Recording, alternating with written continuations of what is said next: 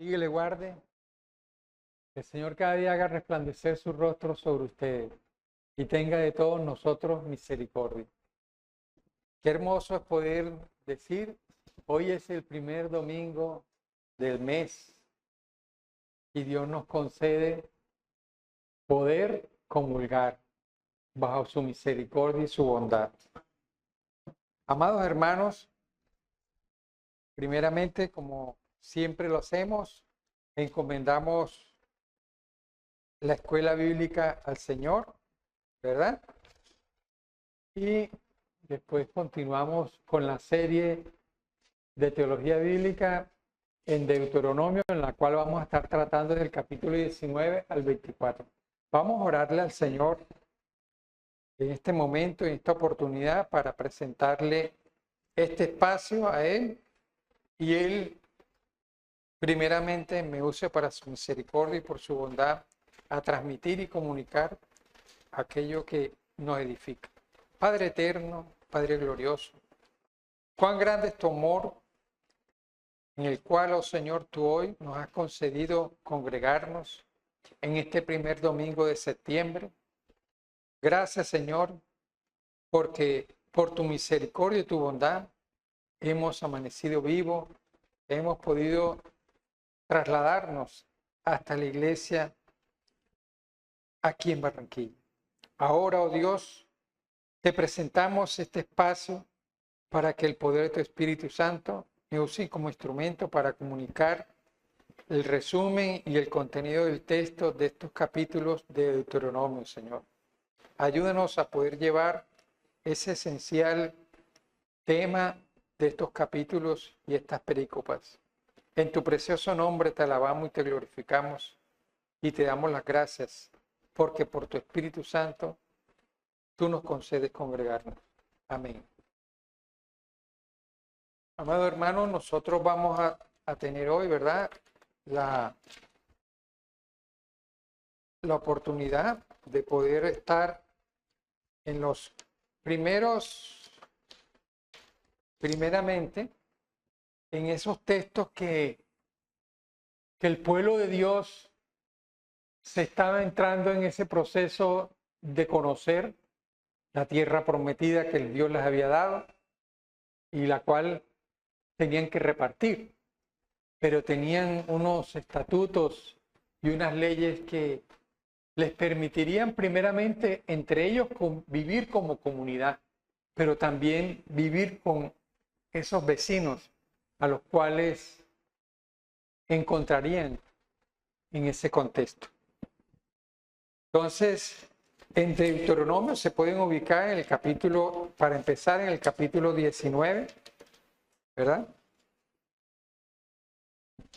Entonces, nosotros podemos encontrar en estos, total de estos capítulos, tenemos 14 perícopas, pero hay unas que son mucho más relevantes que otras, ¿verdad?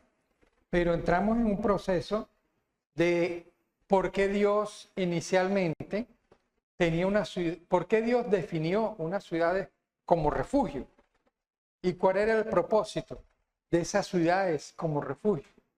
Porque el pueblo de Dios necesitaba conocer principios y factores fundamentales para saber vivir como comunidad, como una ciudad a la cual le rigen unas leyes. Entonces, leamos los primeros versículos que vamos a leer, ¿verdad?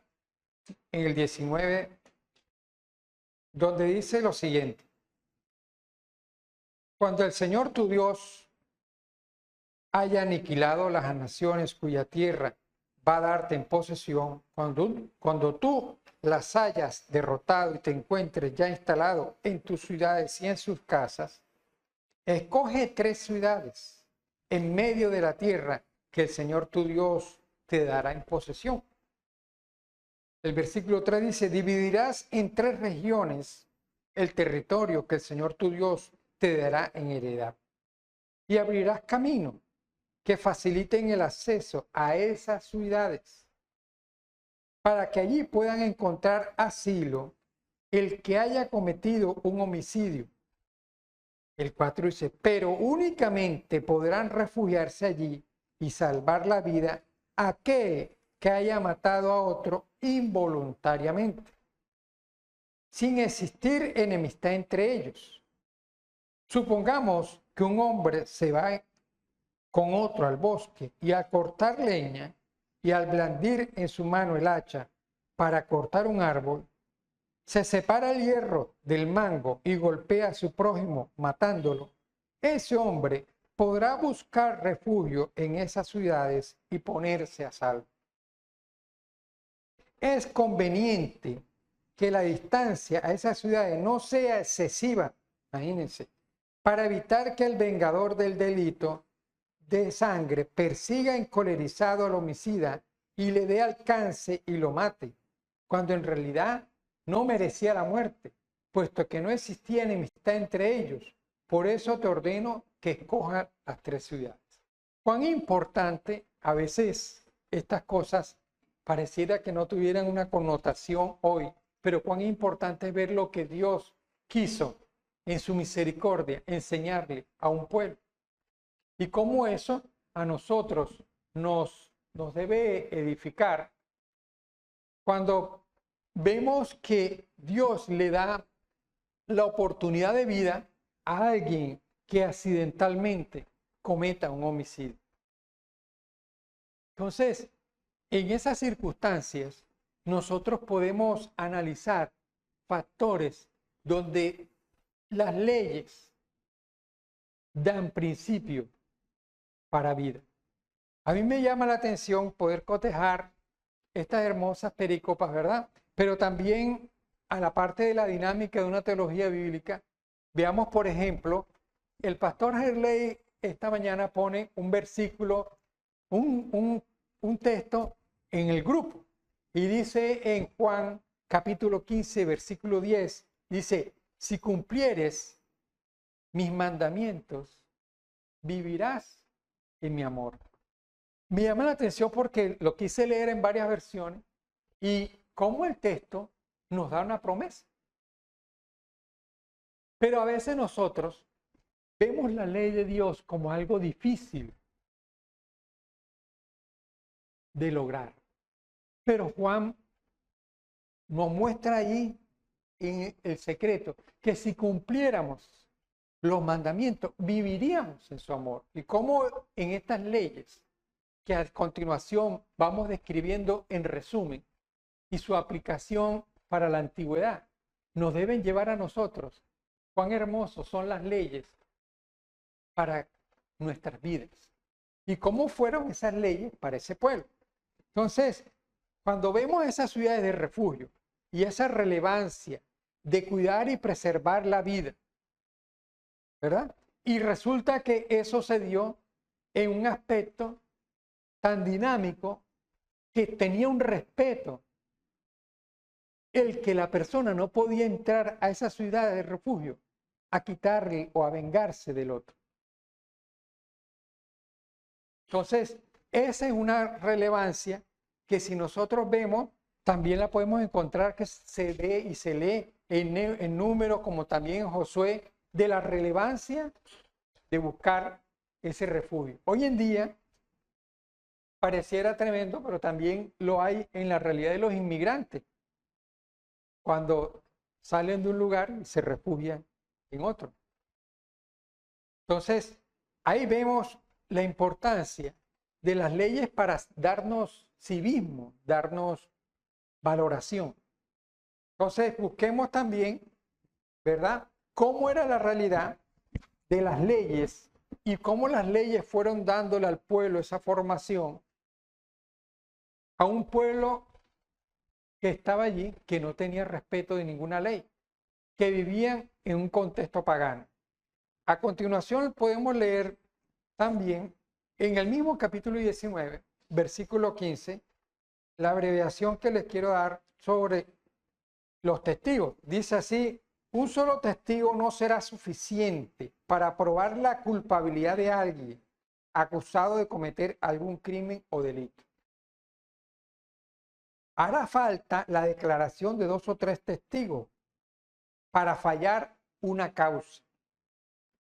Si un falso testigo acusa a alguien de un crimen, los 2 contendientes en la causa se presentarán ante el Señor y ante los sacerdotes y jueces que estén en funciones en esos días. Los jueces estudiarán el caso minuciosamente y si se descubre que el testigo mintió declarando en falso contra su hermano, se aplicará la pena que él pretendía para su hermano. Imagínense. Así extirparás el mal en medio de ti. El 20 dice, los demás cuando se enteren, escarmentarán y no se atreverán a cometer maldad semejante en medio de ti. No tengas compasión del culpable. Vida por vida, ojo por ojo, diente por diente, mano por mano y pie por pie. Cuán importante para ese momento fue hermoso ver que Dios quiso que una acusación no se sustentara sobre una sola persona. Y como a un pueblo eso lo fue fortaleciendo. Hasta el punto que entonces llegamos al Nuevo Testamento y cuando acusan a la mujer adúltera, ¿verdad? Nosotros podemos ver allí la realidad de que no un solo testigo podía apedrearlo, sino que realmente todos eran culpables. Pero entonces, en ese contexto antiguo de buscar la importancia de más de un testigo para una acusación, podemos nosotros interpretar a la luz de ese texto cuán vital es para nuestras vidas valorar, no dar falso testimonio, no ser apresurado para ser testigo de algo que no edifica al hermano, al menos que sea algo grave. Entonces nosotros vemos en Mateo 18 cómo debemos exhortar, ¿verdad?, a nuestros hermanos antes de llevarlo a una acusación con otra persona.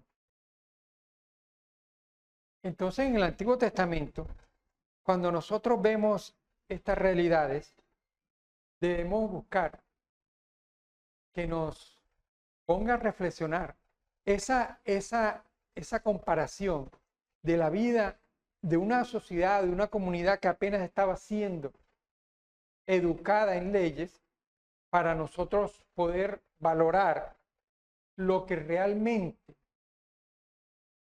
significa no dar una acusación sin peso. Una acusación que no se sustente. Y lo que me llama la atención de estos textos es que no está dándoselo entre una acusación de un creyente y un no creyente. No, estamos hablando del pueblo del pacto. Todas estas fueron leyes y legislaciones para un pueblo creyente. Y a continuación veremos entonces cómo inclusive se legisla para los que no son creyentes que viven dentro de ese pueblo.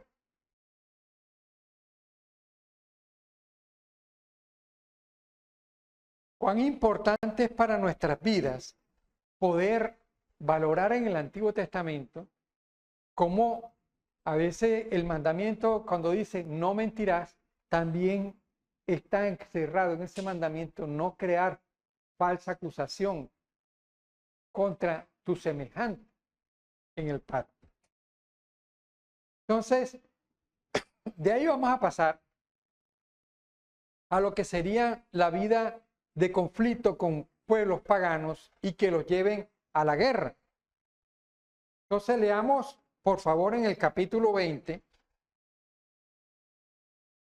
los primeros 5 versículos, y aunque me extiendo un poquito más, pero el factor tiempo es vital.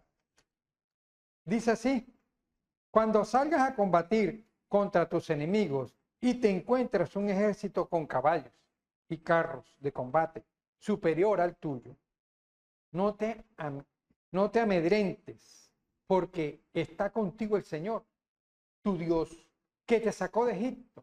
Cuando llegue la hora de combatir, el sacerdote pasará al frente y arengará la tropa con estas palabras: escucha, Israel, hoy van a entrar en batalla contra tus enemigos.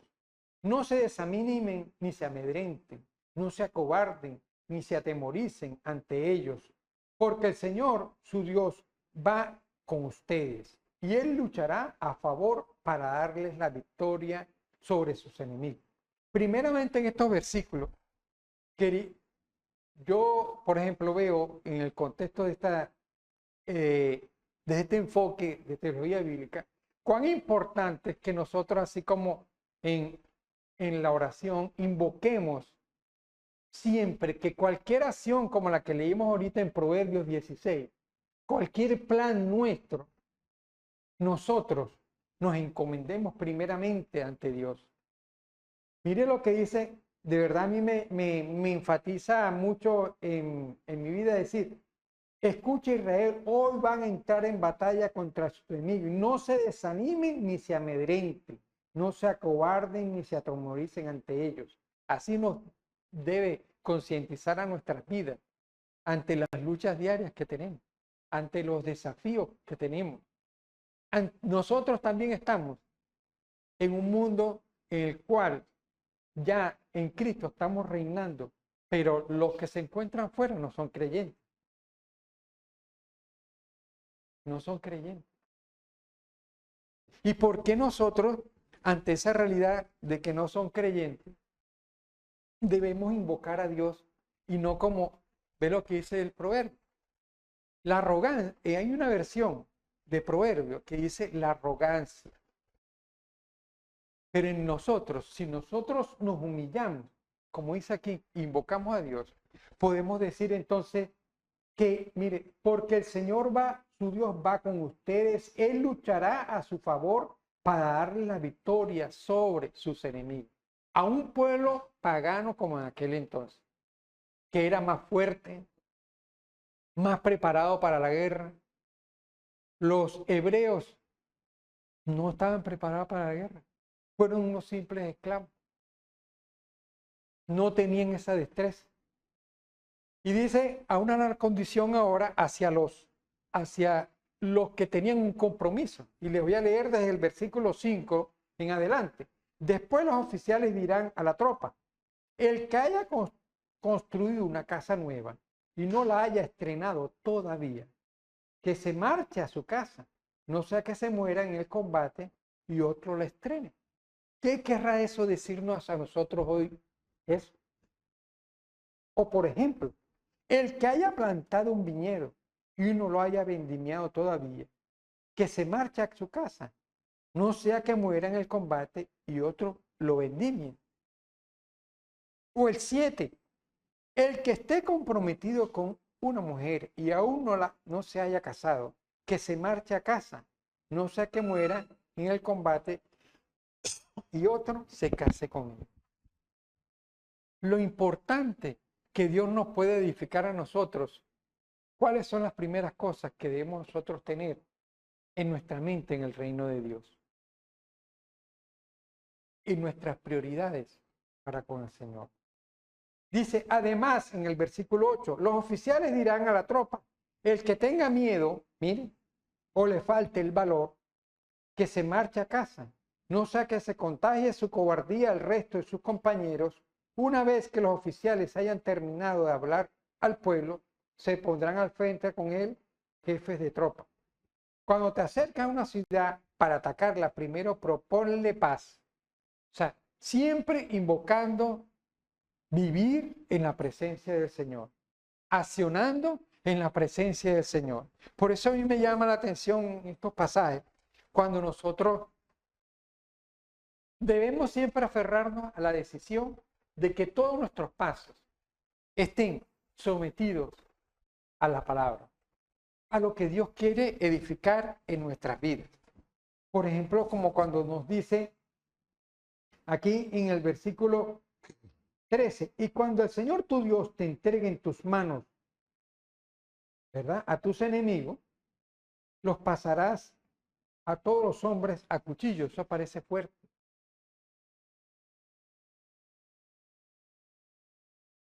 La mujer y los niños y el ganado y todos los bienes que hayan en la ciudad podrás quedártelos como botín y también podrás hacer uso de sus pertenencias de los enemigos que el Señor tu Dios te haya entregado. De igual modo, procederás con todas las ciudades lejanas que no pertenezcan a la nación, que pertenezcan a las naciones vecinas. O sea, buscar un proceso de vivir bajo las ordenanzas de Dios es vivir bajo las ordenanzas de Dios. Busquemos ahora el capítulo 21, ¿verdad?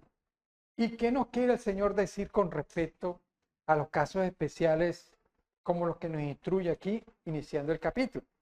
Entonces, nosotros vemos aquí que dice así: casos de asesinato. Si en la tierra que el Señor tu Dios te va a dar en posesión se encuentra un cuerpo tendido en el campo, miren esta disyuntiva, y no se sabe quién lo mató, tus ancianos y tus jueces irán a medir la distancia que hay entre el cadáver y las ciudades de alrededor.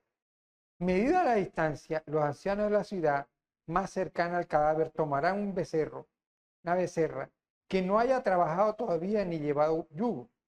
La llevarán hasta algún valle donde no se haya nunca arado ni sembrado y donde haya un arroyo que siempre lleve agua. Allí, junto al arroyo, desnucarán y se acercarán entonces los sacerdotes levitas, ya que a ellos los eligió el Señor su Dios, tu Dios, para que estén en el servicio y bendigan en el nombre del Señor.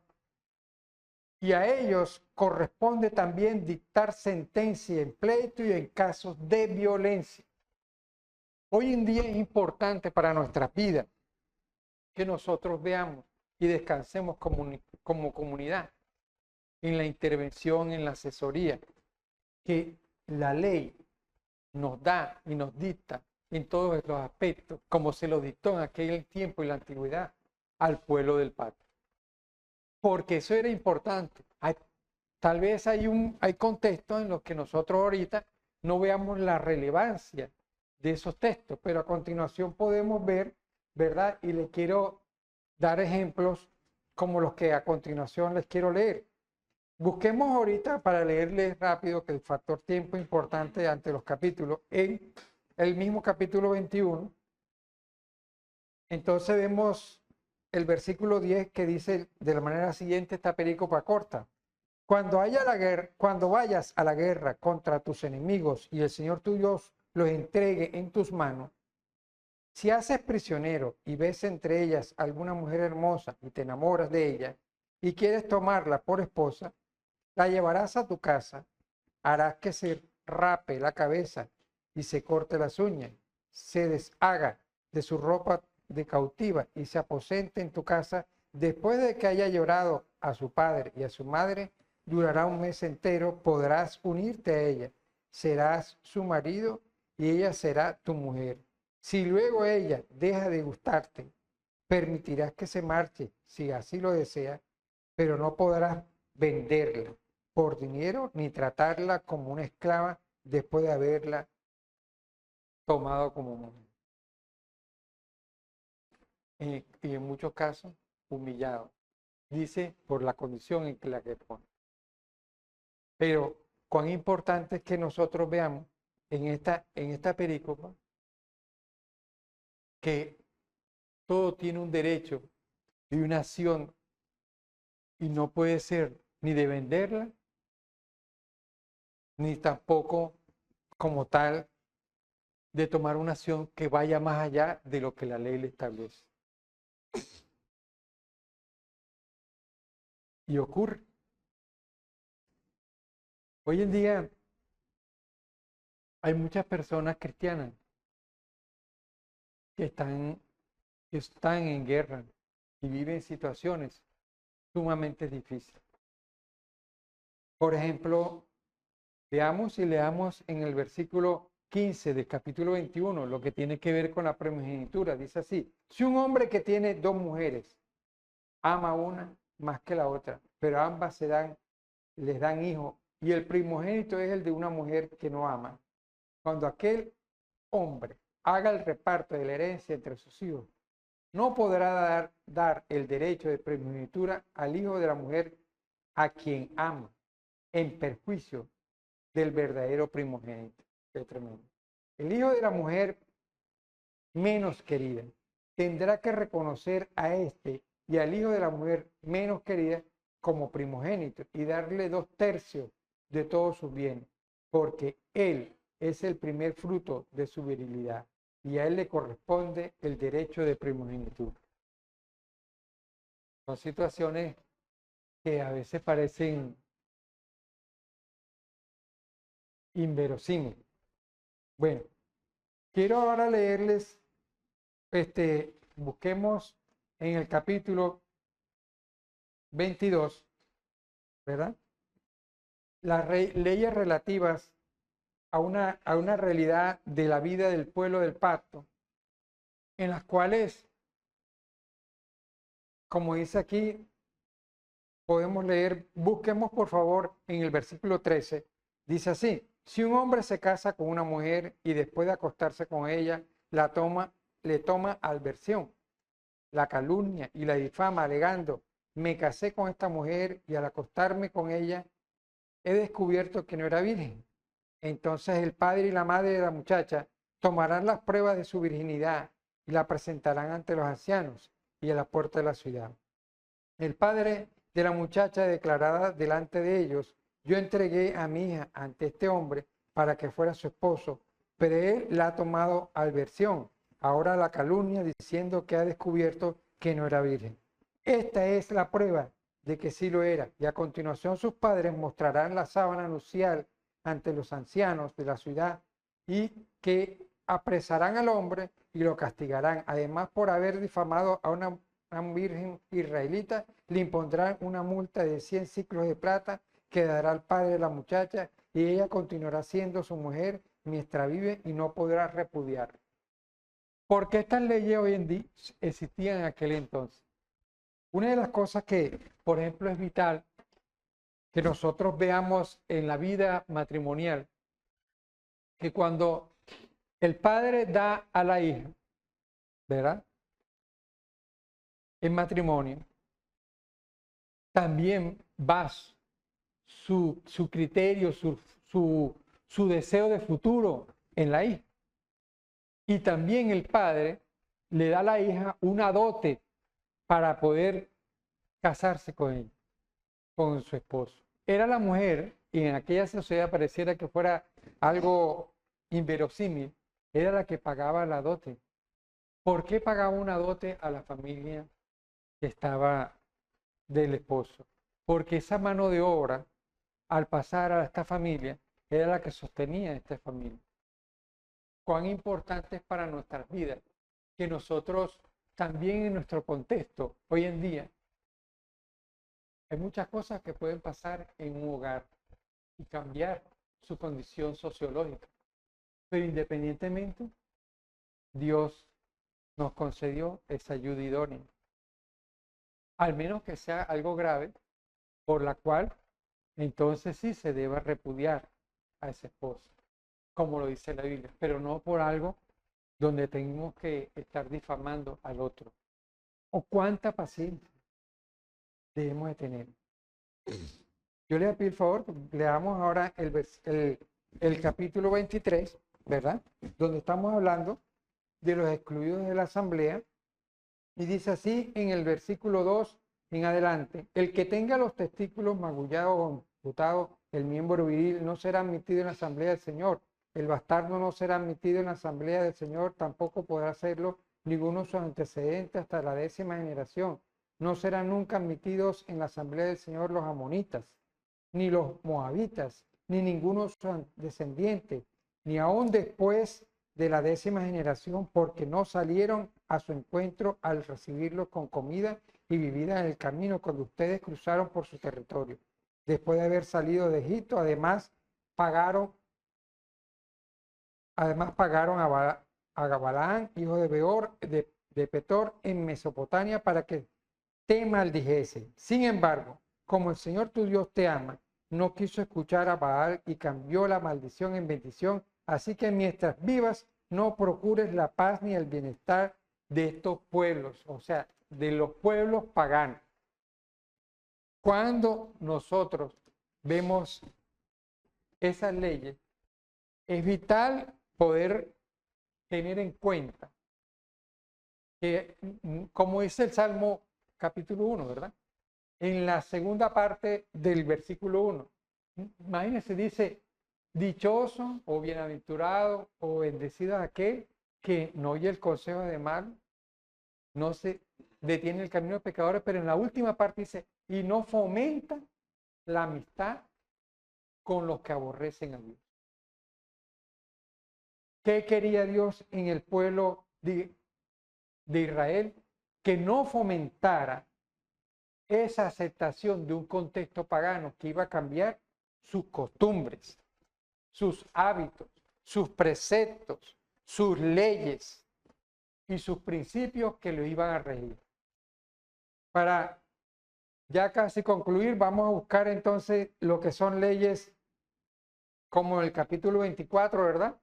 ¿Qué significa en el versículo de 1 al 4 las leyes con referencia al divorcio?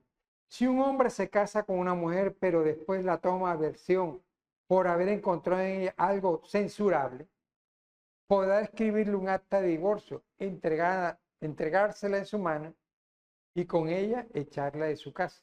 Una vez fuera de la casa, ella podrá casarse con otro hombre. Pero si el segundo marido también le toma adversión y redactando un acta de divorcio se la entrega en mano y la echa de su casa, o si muere este segundo marido, el primer marido que la había echado de su casa no podrá casarse con ella de nuevo, puesto que ahora ella es impura. Hacer eso sería algo abominable para el Señor y tú no debes corromper la tierra que el Señor tu Dios te da de herencia. Entonces, cosas que pasaban en el pasado son las que hoy en día nosotros debemos buscar cómo nos edifican, porque hoy en día en Cristo hemos superado tantas cosas del paganismo que ya el Señor dijo, tiene que haber causas justas, solamente una causa justa para un divorcio. Y solamente la causa justa, inclusive, si se tiene la capacidad del perdón, no es necesario, ¿verdad? Porque también resarcir el pecado es importante. Busquemos, por favor, para concluir las leyes en el capítulo 24, versículo 5. Se concluye este capítulo con leyes humanitarias y sociales, donde todas las leyes que desde que empezamos fueron describiendo a un pueblo para entrar en ese proceso de convivencia con otros y con ellos mismos. Dios les describe leyes como las que a continuación le voy a leer. Si un hombre está recién casado, no tendría que ir a la guerra, ni se le impondría otros deberes. Quedará libre de cualquier servicio durante un año. Que se quede en casa para hacer feliz a su mujer. No tomarás en prenda de una deuda de las 2 piedras de un molino, ni siquiera la muela, porque eso sería lo mismo que tomar en prenda la vida de tu dueño. Si se descubre que alguien ha raptado a uno de sus hermanos israelitas para convertirlo en esclavo o para venderlo, el secuestrador ha de morir, así extirparás el mal de en medio de ti. En caso de infección de la piel, observen minuciosamente todas las instrucciones que les den los sacerdotes levitas y sigan al pie de la letra todo lo que yo les he ordenado. Recuerda lo que el Señor tu Dios hizo con María cuando ustedes iban de camino al salir de Egipto. Si les prestas atención, si le prestas a tu prójimo cualquier cosa, no entres en su casa para recuperar lo prestado. Espera afuera y deja que él mismo te lo traiga. Si se trata de una persona pobre que ha depositado su manto en prenda, no te quedes con la prenda durante la noche y devuélvesela el manto antes de la puesta del sol para que se cubra con él durante la noche. Él estará agradecido contigo y el Señor tu Dios tendrá en cuenta esta buena acción. Qué hermoso es poder ver en este texto el amor al prójimo. Cuando nosotros vemos leyes como esta, podemos analizar cómo en la antigüedad también se veía esa práctica de amarse el uno al otro. Ese amor al prójimo, ese amor al hermano del pacto, que a pesar de las circunstancias se condolía del otro. Amados hermanos, estos capítulos más que todo tienen que ver con el énfasis de leyes que van socializando al pueblo para saber convivir con ellos mismos y también saber convivir con el que no es creyente. ¿Cómo saber convivir con los que no son creyentes? Vamos a orar para terminar esta secuencia de lectura y de clase de Deuteronomio. Si hay alguna pregunta o participación o colaboración, es el momento para que compartamos. Señor Padre nuestro que estás en los cielos, gracias Dios mío por todas estas leyes que le diste a tu pueblo en su debido momento, a un pueblo que no conocía ningún reglamento, ninguna ordenanza, y le pudiste permitir vivir siendo un pueblo diferente a los otros, y a pesar de todas las cosas, tú diste las leyes por gracia para que fuera un pueblo redimido de costumbres y de actos paganos que vivieron en la antigüedad en Egipto, pero que también en el nuevo lugar tú les invitaste y le presentaste para que te honraran. Señor, ayúdanos a que cada día podamos ver a través de tu palabra tus propósitos para nuestras vidas. Danos la oportunidad ahorita, Señor, en el servicio de poder comprender tu mensaje a través del sermón y tú nos ilumines a través de él a edificarnos, a congregarnos y ayúdanos a poder compartir este pan de la cena y este vino con la bendición más grande de que tú nos redimes para tu honra y tu gloria. En tu precioso nombre te alabamos y te glorificamos en el nombre de Cristo Jesús. Amén. Si alguno tiene alguna participación, está el hermano Manuel. Buenos días, amada iglesia, nuevamente. Veo, mi hermano, en todo la escuela, el amor de Dios por su pueblo. Me llama mucho la atención siempre que he leído ese texto, ver esa nación o ese pueblo que tenían ellos, donde se refugiaban cuando por accidente mataban a otra persona. Y el caso, claro, lo puso el mismo Señor, lo manifiesta ahí cuando lee de que dos hombres fueron a cortar leña y pasó todo lo que pasó. Y es que mire, a pesar de todo, de lo que pasa, Dios lo sabe todo. ¿Cómo sabe, cómo Dios lo sabe tantas las cosas, o sea, lo sabe todo, que Dios sabía que cuando matan a uno accidentalmente, hoy en día el familiar va a vengar. Aún ahí ha sido accidentalmente, pero no en accidente, no. La gente va a vengar. Y mire todo lo que el Señor hace por su pueblo. Bueno, sácalo, lleva ya al lugar de refugio para que no venga aquel a vengarlo, a matarlo, a cometer ese pecado sin tener ningún problema, porque no hay ningún problema entre ellos. Vemos esa gran bendición de cómo el Señor lleva a ese hombre allá a ese refugio. Y todo lo que vemos ahí en Deuteronomio, en esos capítulos, todo el amor que Dios nos muestra, todas esas gran bendiciones que el Señor nos da, que hoy en día pues no es ajena, sigue siendo su pueblo, teniendo en cuenta que aquel fue pacto, el antiguo pacto, y que hoy estamos en un pacto mucho más maravilloso, digo yo.